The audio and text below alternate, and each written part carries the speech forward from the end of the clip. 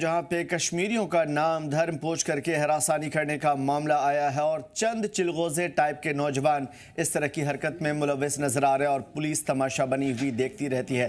हालांकि बहुत सारी ऐसी चीज़ें खासतौर पर सरकार को इन तमाम तर मामले में कदम उठाना चाहिए, लेकिन अब तक खामोशी है और यही वजह है कि असम्बली में हंगामा जारी है। कोई बात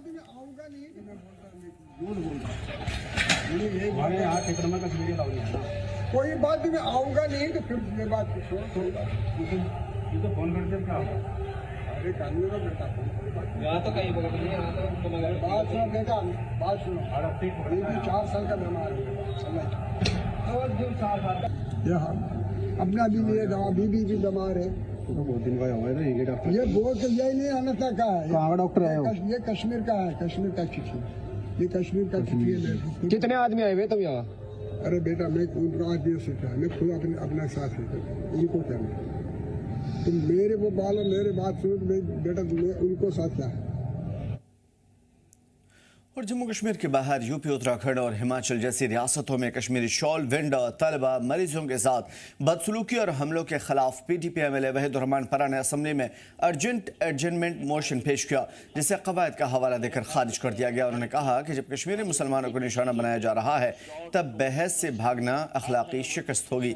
उमर अब्दुल्ला हुकूमत अवाम की इज्जत, हिफाजत और पहचान बचाने में नाकाम साबित हुई है। शाम को भी आप एक मोशरार बन रहे हैं, टारगेट अटैक्स का शिकार बन रहे हैं। खासकर जम्मू कश्मीर के स्टूडेंट्स है, पूरे मुल्क में इस वक्त हेट क्राइम्स का शिकार बन रहे हैं, टारगेट अटैक्स का शिकार बन रहे हैं। खासकर कश्मीरी मुसलमान स्टूडेंट, उन पर कई जगह, जो मुबारक साहब ने भी अभी कहा कि हर जगह ऐसे रिपोर्ट्स आ रहे हैं जहां स्टूडेंट्स को जगह नहीं मिल रही है, उनको क्वार्टर खाली करने पड़ते हैं और उसके साथ साथ उनके एडमिशन पे खतरा है, बेसिक उनके रोजगार पे खतरा है। उस मुद्दे पर बात होनी चाहिए, बहस होनी चाहिए। It's a very important issue.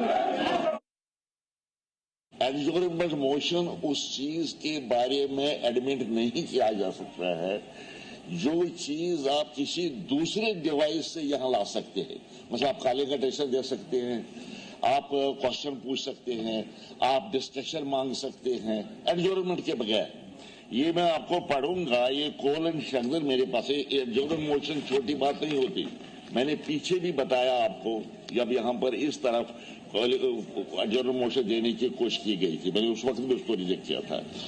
यहां ये कोल साहब कह रहे हैं कि a matter which can be raised under any other procedural device, that is calling attention notice, questions, short notice questions, half an hour discussion, short duration discussion, etc. cannot be raised through an adjournment motion. तो इन दिनों ये मुद्दा काफ़ी ज़्यादा गहराया हुआ है कि आखिर क्यों कश्मीरियों पर बैरून रियासत में इस तरह के हमले हो रहे हैं, और आखिर ये कि जिस तरीके से सरकार रद्द अमल दे रही है क्या ये दुरुस्त है, क्योंकि सरकार की ये जवाबदेही तय होती है, उनकी रिस्पॉन्सिबिलिटी है कि वो अपने लोगों को प्रोटेक्ट करें, चाहे वो किसी भी रियासत में हो, मुल्क के किसी भी हिस्से में हो। आकिब हमारे साथ जुड़े हुए हैं। आकिब, कश्मीरियों का मामला, एक तो गम गुस्से की लहर आम लोगों में भी है और दूसरे असम्बली की कार्रवाई के दौरान भी हंगामे देखने को मिले, क्या कुछ है कश्मीर में इस हवाले से? बिल्कुल आमिर, ये पहला वाकया ऐसा नहीं है, इससे पहले भी कई सारे वाकये ऐसे पेश आए हैं। चाहे हम उत्तराखंड की बात करते हैं, हिमाचल की बात करते हैं या अब यूपी की बात करते हैं, जहां पे एक बुजुर्ग शख्स अपना इलाज करने के लिए गया था वहां पे, और उसके बाद कुछ वहां पे जो शरपरस्त जो लोग होते हैं वो वहां पे आए हैं और उसको जो है पहचान पत्र यानी कि आधार कार्ड के साथ साथ कई सारे दस्तावेज उसके चेक किए गए हैं और उसके बाद उसके साथ बदसलूकी की गई है।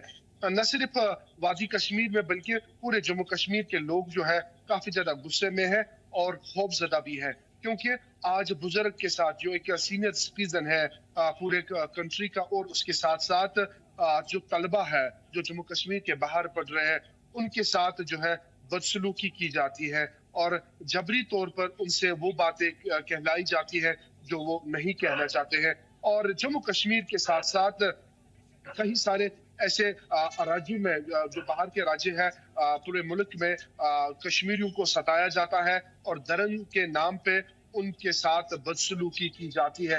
ये जो मोहम्मद वली शाह जो कि साउथ कश्मीर के अनंतनाग के हैं, सहारनपुर यूपी में ये इलाज करने के लिए गए थे और अपने इलाज के लिए सहारनपुर जब पहुंचे तो कुछ शरपरस्त जो लोग हैं उन्होंने उसको पकड़ा है और उसके बाद उससे पहचान पत्र जो है वो पूछे गए हैं, आधार कार्ड उसका चेक किया गया है और भी कई सारे ऐसी लैंग्वेज उसके साथ यूज की गई है जो शायद जो है जेब नहीं देता है।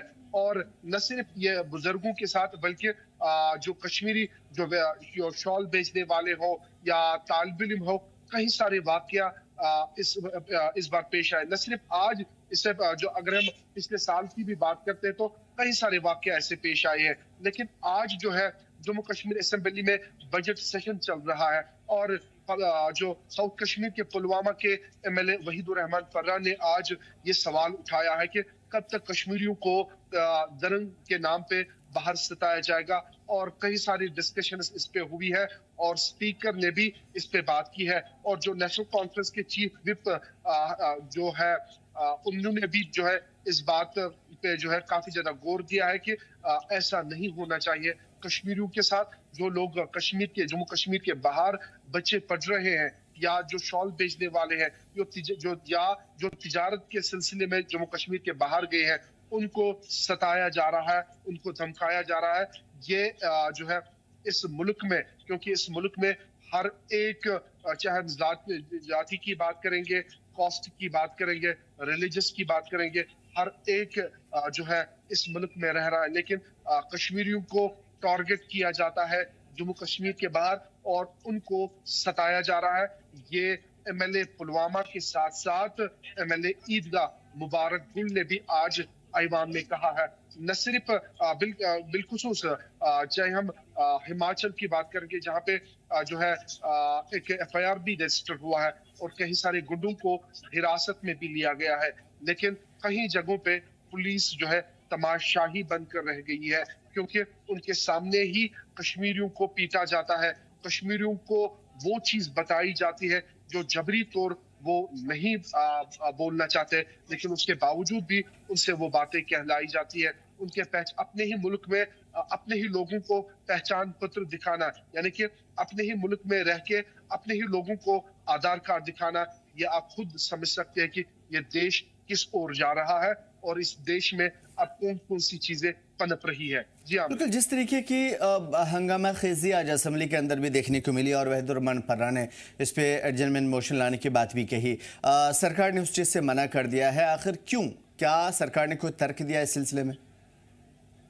बिल्कुल, जिस तरीके से हाल ही में जम्मू कश्मीर में इलेक्टेड गवर्नमेंट बनी है, उमर अब्दुल्ला सरकार को लीड कर रहे हैं। उमर अब्दुल्ला जम्मू कश्मीर के वजीर आला है और लगातार जब हिमाचल में ये इंसिडेंट पेश आए तो हिमाचल के जो सीएम है उनके साथ बात उमर अब्दुल्ला ने की है।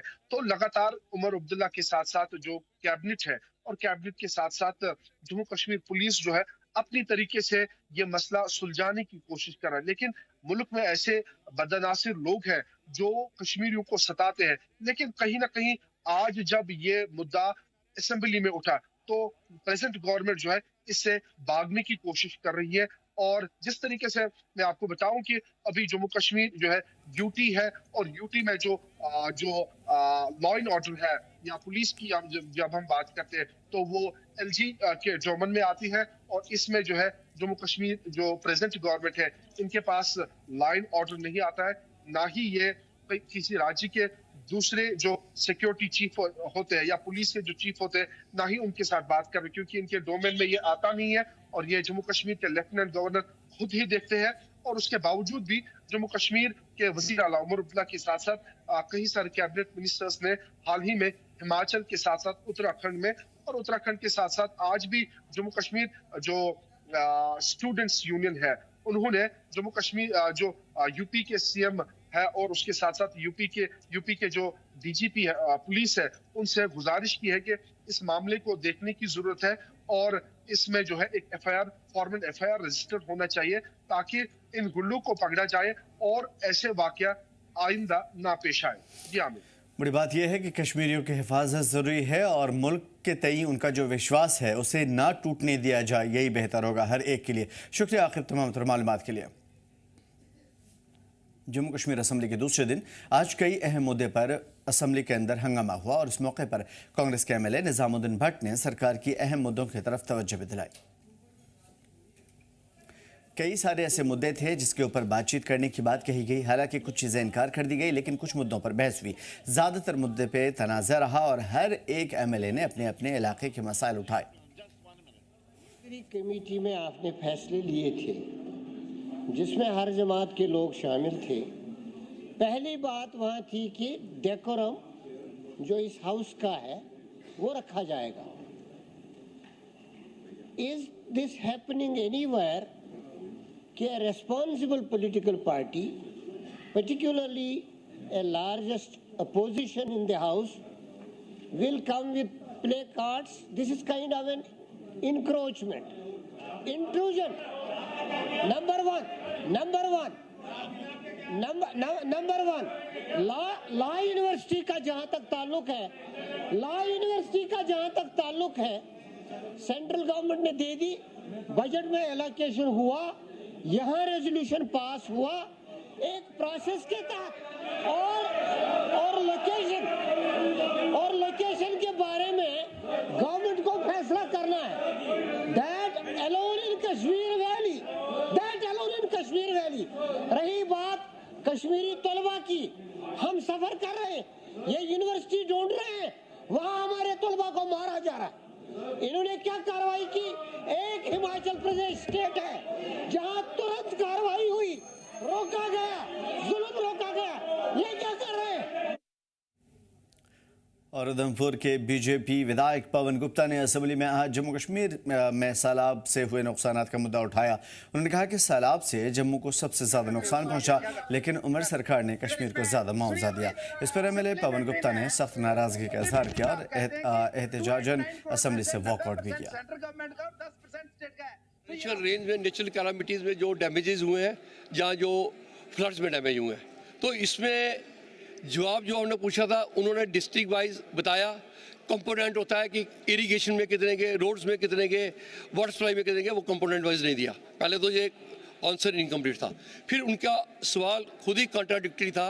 वो कहते हैं, ये पढ़िए, कि no funds have been released by the government of India for flood restoration. आप जानते हैं अगस्त के एंड में